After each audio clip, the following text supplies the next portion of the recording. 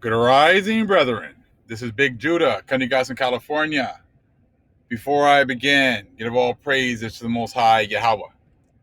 Acknowledgement to the earthly mother, who is wisdom, who is the Holy Spirit.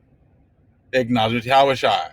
I pray that the Most High blesses this lesson this evening, gives more knowledge and understanding of the events of the past, in order to understand the events that are currently happening on the earth, so we get a much better understanding of the things that are soon to come on the earth. Brother, we're going to be going in again. Try to get a couple of videos out today, sharing some information and starting to be able to continue to apply the information that the Most High is giving us. Right now, we're going straight into the Black Celts, an ancient African civilization in Ireland and Britain. Indo-European tribes first reached Britain and Ireland between 800 BC and 500 BC. What tribes inhabited Britain and Ireland before these European tribes arrived? Study of folklore, craniology, blood groups, language, Irish and Welsh, and archaeology indicates the arrival of Africans during the Neolithic, Bronze, and Iron ages. Talking about these, monolithic or megalithic monuments, okay? Look at the top of the page 92. The builders of the great stone monuments found throughout Ireland, Wales, England, and Northern Africa were constructed by a people who buried their dead rather than cremate them. The numerous megalithic monuments found in Ireland and Britain are always associated in folklore with a mysterious black race. And that's huge right there. Always. You don't hear always very often. We're talking about folklore, anything. There's always an exception to a rule, right? When you're making arguments, you rarely want to use words like always or never. So the fact that they're actually willing to even use the always shows you that they're pretty certain that they know exactly, or they're very certain of the people who were around when these megalithic monuments were constructed. That's why it's been so important for the other nations to make sure that we forgot who we are and forgot who our power is. And that's why it's so integral with the scriptures. And the scriptures is always talking about you're not a people. You're not a group of people. You're not, you don't know who you are. That is so huge. Why is that? Because once you realize who you are, then you realize your accomplishments. You realize who your power is. You realize the only way you were able to do the things you used to do was because you were following the ways of the Most High. And when we decided not to follow the ways of the Most High, He handed us over to the other nations. And now you see exactly what the other nations will do when given the opportunity to get their hands on the Most High's chosen people. Let's read that part once again, because as you watch videos, when they're always talking about these huge structures, we don't know who built those. We don't know we don't know who did that. It wasn't us. So if it wasn't us, it must have been aliens.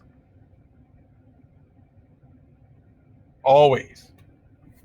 But again, the builders of the great stone monuments found throughout Ireland, Wales, England, and Northern Africa, were constructed by a people who buried their dead rather than cremate them.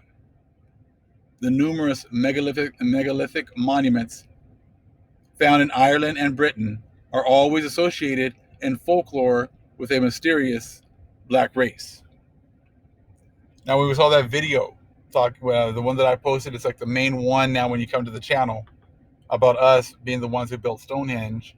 And at the end of that video, it talks about the head, over there on Easter Island, those heads, and like the toes, right? So, over there in Stonehenge. So when you realize that, then you get these structures all over the world. It's not just in Ireland and Britain or over there in the three parts. There's even more over here in the Americas.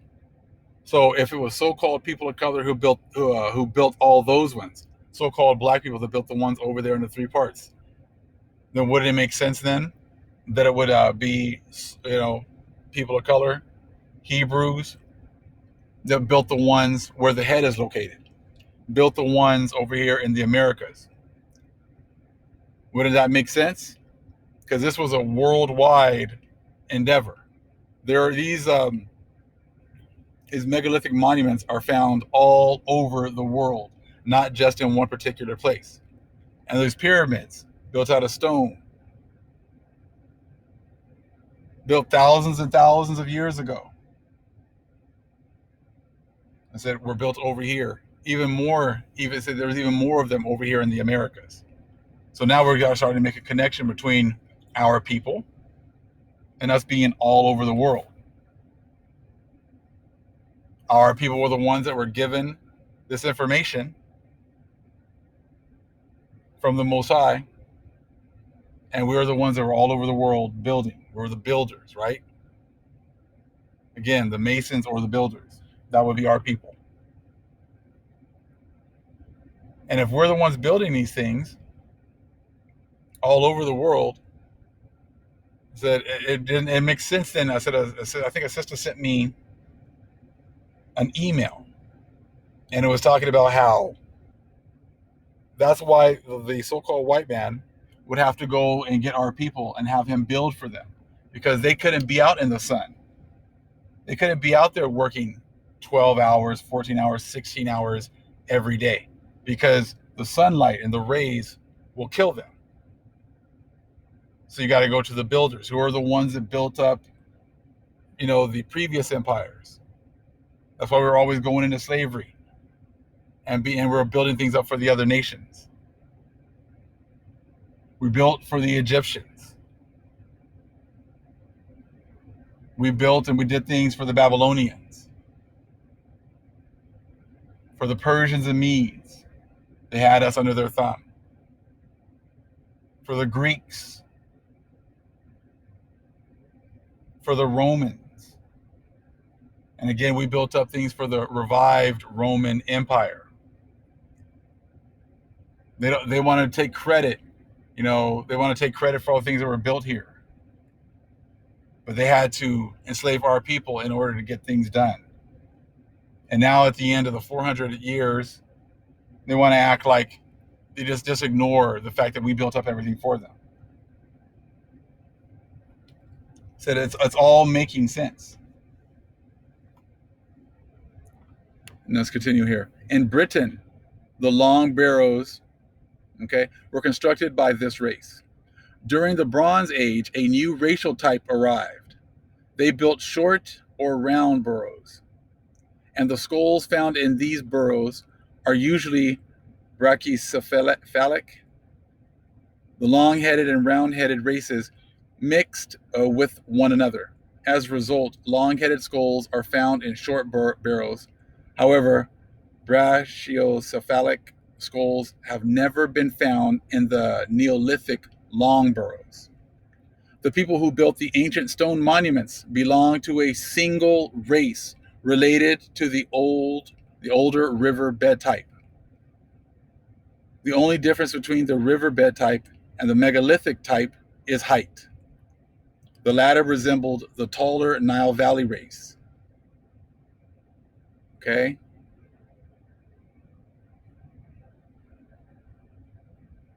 While the older riverbed type was similar to the small long-headed race found in northwestern Africa. A.C. Haddon, T.H. Huxley, and many other 19th century anthropologists regard these types as belonging to a single race, or a heterogeneous group, looking, similar. All right? So you got all these people here belonging to a single race. Typical skulls are extremely dolichocephalic. The frontal bone grooved by the supraorbital nerve, forehead slightly retreating with prominent cheekbones. The forehead was high and rounded, and the facial height often short. The jaw was usually, but not always, narrow.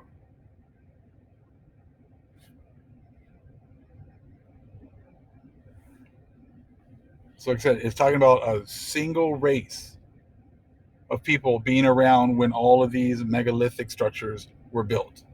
So, someone who barely comes in way at the end is not going to be the ones telling us who built things thousands of years before they got there. The so-called white man, the wicked, the Gentiles. Now, listen, when I say that, I'm not talking about all. I'm talking about the ones that belong to the wicked. Okay? Those people were not here thousands of years ago. Our people were the ones that were there. Us and our brethren were there fighting and arguing, but we were living next to each other many times and going through things with one another. But you can't come here, during the times of the Renaissance, you got given the keys to the car, and now you are telling us all the history of the car.